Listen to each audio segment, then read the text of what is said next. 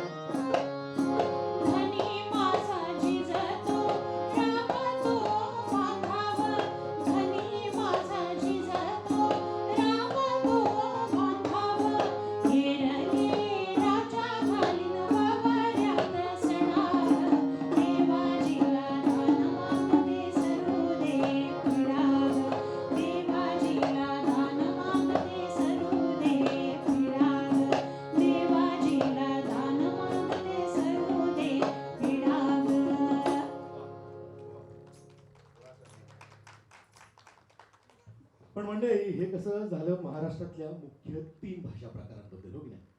परंतु मराठी भाषा साहित्यात स्वतःचा असा एक वेगळा बाज निर्माण करणारं आणि आपली स्वतःची वेगळी भाषा शैली निर्माण करणारं, साहित्याच्या संस्कृतीचं माहेरघर, महाराष्ट्राची सांस्कृतिक राजधानी पुणे, तिला विसरून कसं चालेल?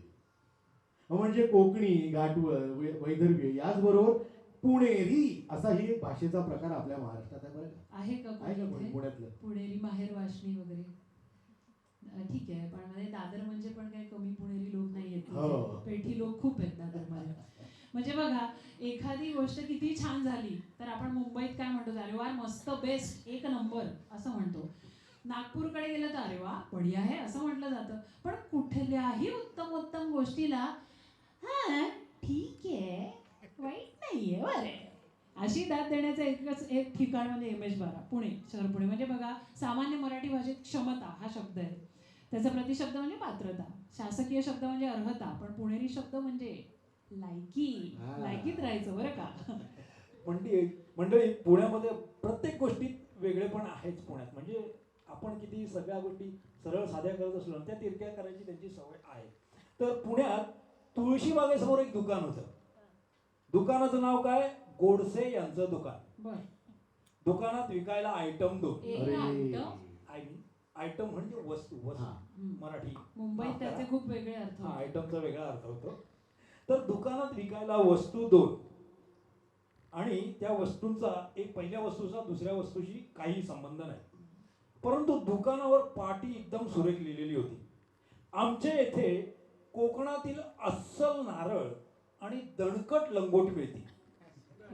अहो, नारळाबरोबर लंगोट विकायला आमची काही हरकत नाही, पण त्याला दणकट हे विशेषण पुणेकरच लावू शकतात, लावूच शकतात, त्यांनाच सुचू शकतात. हो. आणि आता तू आयता विषय काढूनच दिलायस मला, तर मी काय ती संधी सोडणार आहे का? पुणेरी